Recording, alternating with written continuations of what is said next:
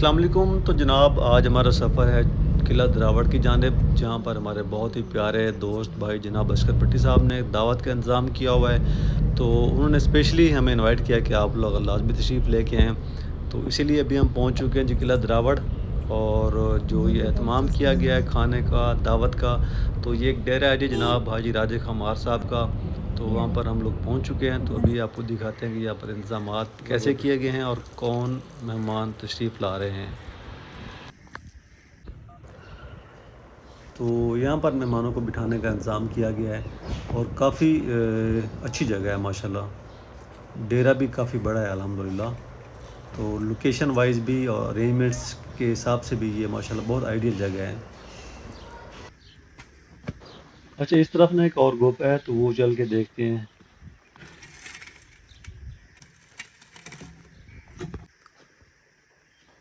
माशाल्लाह, very amazing जी। माशाल्लाह कमाल की सेटिंग की हुई है जी। ये जदीद और कदीम का मतलब हसीन इम्तजाज कह लें। और माशाल्लाह देखें पुरानी तर्ज के जो गोपे थे अब कितनी जिद्दत अख्तियार कर चुके हैं माशाल्लाह। अच्छा जी, ये किचन में जो है ना वो खाने की तैयारी माशाल्लाह हो चुकी है, तकरीबन हो चुकी है। और अभी मेहमानों का इंतज़ार है, जैसे ही मेहमान आएंगे तो खाना रेडी हो चुका होगा इंशाल्लाह।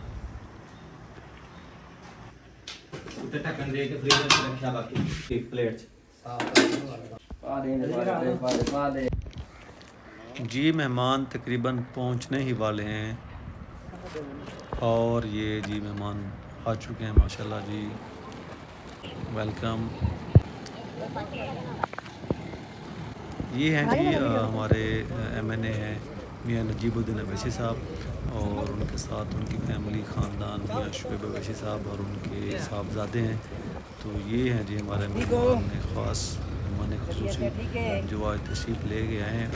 और जनाब अस्कर भट्टी साहब की दावत थी तो वहाँ पर स्पेशली वो तशरीफ़ लाए हैं माशाल्लाह। अभी सिर्फ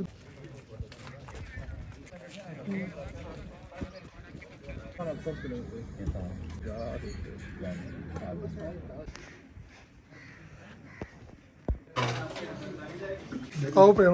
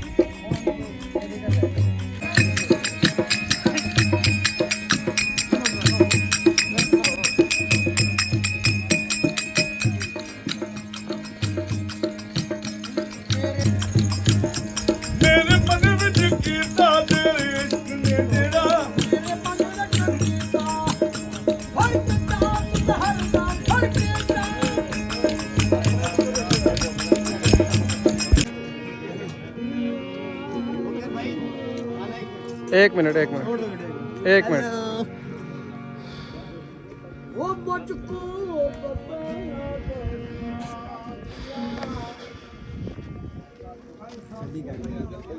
और देखो वीडियो तो नाक तो खुद उठी गए।